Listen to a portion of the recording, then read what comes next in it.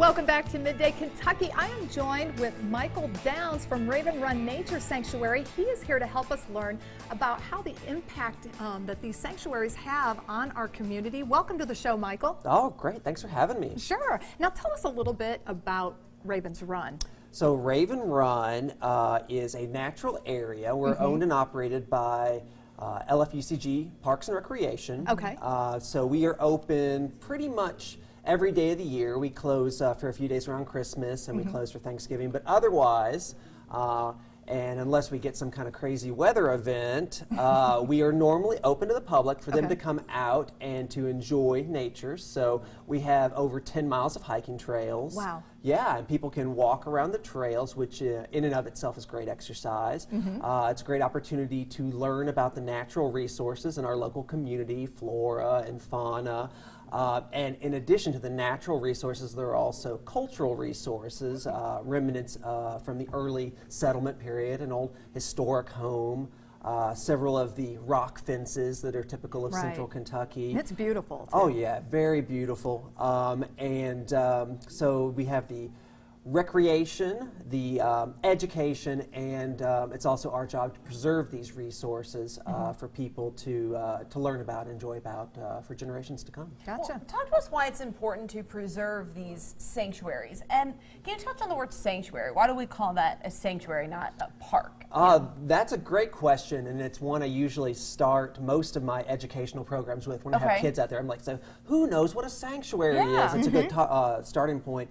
And so I tell them that a sanctuary is a place where things are protected. So at Raven Run, you know, we're protecting the nature stuff as well as the cultural stuff that I mentioned. And that kind of sets a good mood for folks to have an idea of why it's an important place, why there are certain rules that we ask people to follow, not only for their own safety, but to help preserve the resources out there. And by protecting these resources, we are able to preserve them so that we can continue to learn about them.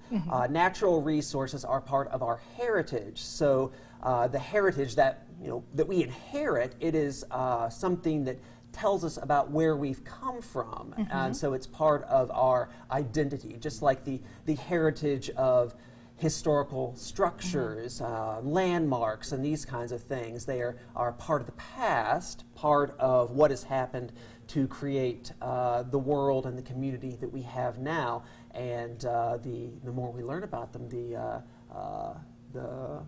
better we can kind of use those resources. It seems like a great place to head out just for the winter with your whole family. Have you been out there with the kids? Yes, I have. Okay, and they love it. I was telling them they love getting into the stream. Sure, yeah, for sure. And I think it's a very natural place for kids. You know, when I was a kid, I grew up out in the country, out in Scott County, and that's just what you had to do. You know, there wasn't so much internet. We didn't have a lot to do inside, and my mother didn't want me there anyway, so we would run around, all day until, it started to get dark. And now kids are spending a lot more time indoors. There's a lot more time dedicated to scheduled activities.